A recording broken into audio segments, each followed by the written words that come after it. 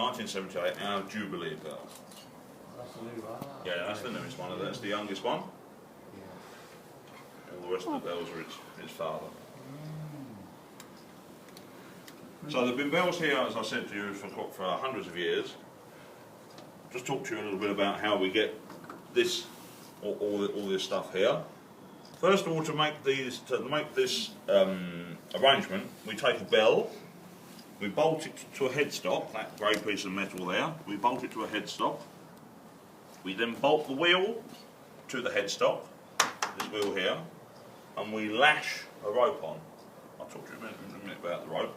This is a wheel. It looks rather like a wagon wheel, doesn't it? Yeah. I don't mean the biscuits, I mean rather like a wagon wheel.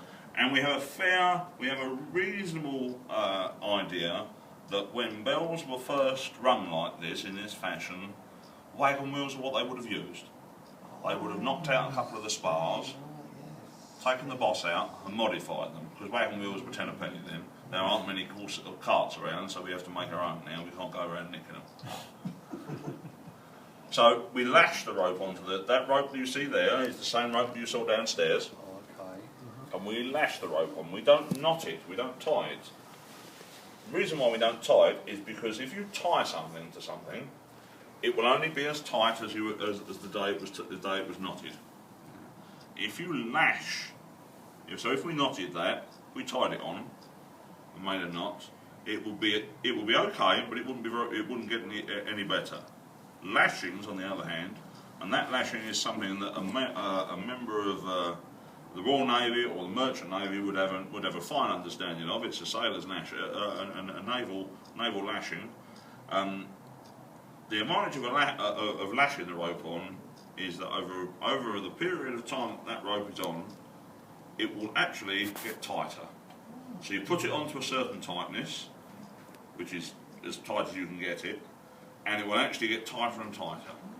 When the time comes that you need to change the ropes, and the ropes get worn out, the only part of the bell that really does, in many respects, the ropes are the consumables of the bell world, you might say.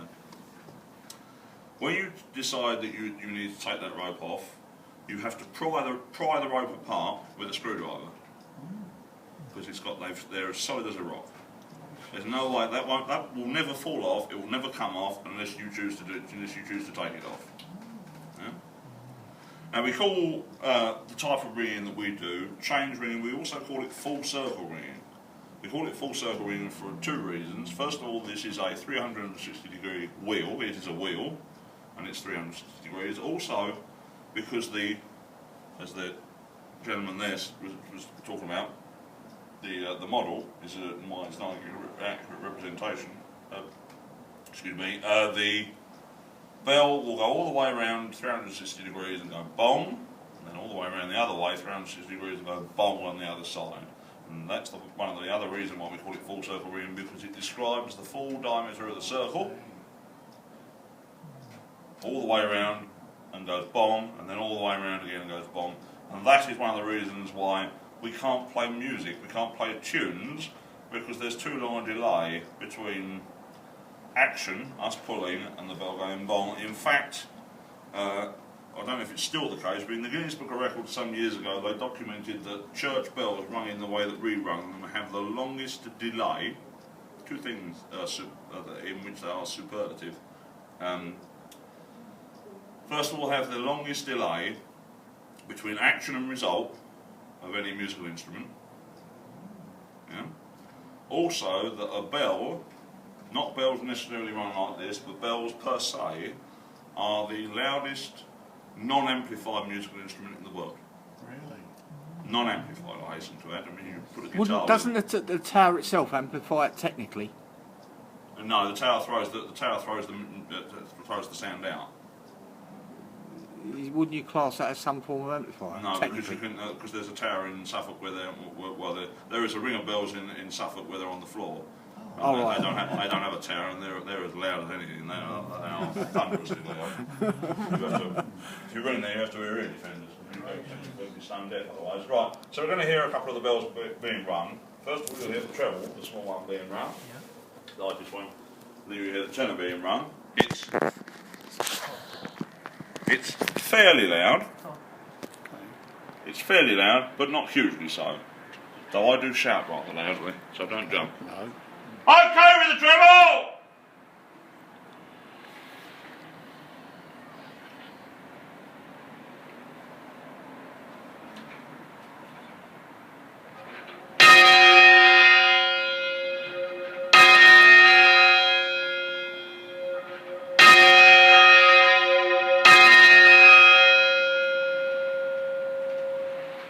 And now with the tenor!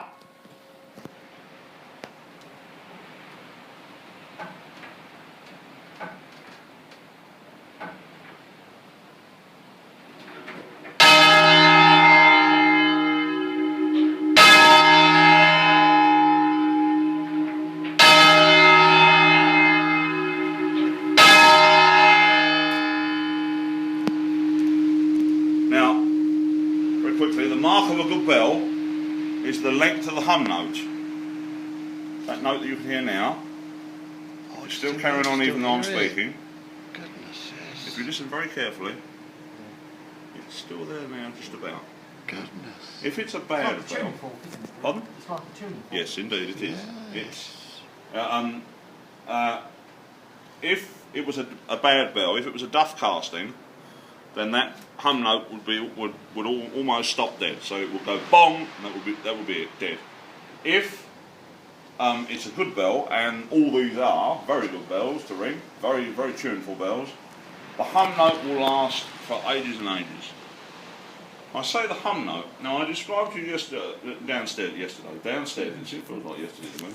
All the bells are tuned in the key of E flat. That bell is tuned to the note of E flat, but the hum note that you heard wasn't E flat. It's actually another note. Bells have a sum total of 5 notes to them. So the one that we call the note that E flat, we call that the nominal.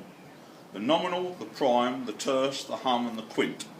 Now I don't know what all of those numbers, all of those names mean, but I do know that the nominal is the note that you write. If you were to say what is that note, what note is that bell tuned to, that's the note that you would write down. The hum note is the note that you just heard, which is another note. It's usually a semitone away from where you started, so it might be the note of E. That's another note, and then you've got the terce, the prime, and the quint. Now I don't know what all of those are, all of those are, but I do know that you've got the. So I spoke to you about the nominal, I spoke to you about the hum. When you ring all the bells together, they all sound. One of the marvels of bell ringing. They all sound the notes that they're tuned in. So that will sound the note of E flat, and that one, and all the rest of them will fit in. They all sound the note they're tuned in. They will also sound another note as well, and all the bells will all sound another note as well as that note. So isn't that clever? They're gonna both bong. They only do that once, obviously. They go bong, and with that one bong, you can get 2 notes.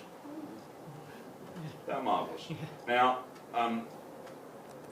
if you bear in mind that you've then got, so you've got five notes out of every single bell. There's 8 bells in the tower, so these bells, rung all together, have the ability to sound 40 different notes, both in the key of E flat and outside the key of E flat. And if that doesn't make a musical instrument, I don't know what does. Is 8 bells a common in ship's house? It's the second most common. The most common number of bells in bell towers is 6. That's the very most common. 8 is the next, and then you can go anywhere from that. The smallest amount of bells one normally has, one will consider to be a ring of bells, is 4. And the most amount of bells in any bell tower in the world is Christchurch, Dublin, and they have a sum total of 19 bells in their tower. All of them run like this. They have a ring of 16, which sounds the key of C, I think it is. I think it's the key of C major, and that sounds the key of C major. Well, obviously 16 bells, it sounds the key of C major twice. But they also have 3 semitones, and they have run all 19 together.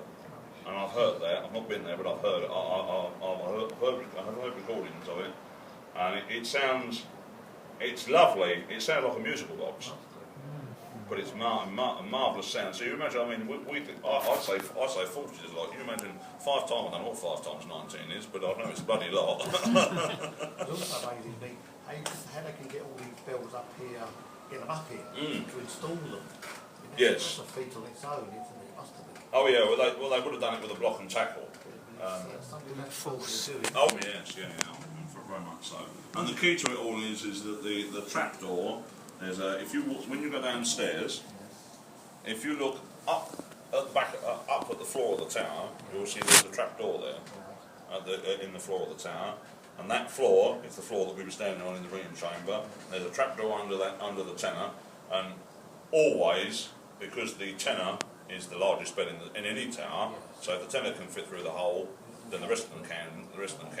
So they brought the other bells up in whatever order they brought them up, and then they hoisted the tenor up last. So it doesn't matter what bell tower it is, the tenor's always the last one. But did they have to take these away to fit this one in? No, there was already 8 bells here. No, when this was replaced. Well, they were rehung. Rehung. So they would have had to take. So what they would have done is they would have taken all the. When they took this one out, the old one out, they would have dropped the tenor, taken the tenor down, lowered that down with a block and tackle. They would have taken the wheels off of the ones that were getting in the way, so taken that wheel off and possibly, and more likely that wheel off. A lot of work. Oh yeah. They would have mostly took the small ones first to give them room to manoeuvre for the big ones, wouldn't they? Possibly, but not necessarily. No, I'm just saying, but that would be the logical way of doing it. Yes, but in some town, what you have to bear in mind is that this is a simple installation. You go to some towers. And it's I've run a tower down in Somerset, and they're a heavy 10, heavy ring of 10, and their bells are on 3 tiers. So you go into one ringing chamber, one belfry like this, and there's 6 bells. I think it's 5 bells on one tier, and then there's another 3 on another tier, and then you come out that belfry, go up some more stairs, and there's another couple on another tier. Whoever designed and put that together. Oh yeah, it's quite an experience. Also, don't forget that when most bells were cast, I mean this is new, but certainly when the 7th was cast in 1753, but when most bells were cast, hundreds of years ago, as most of them were, the bell founder was quite a rare person.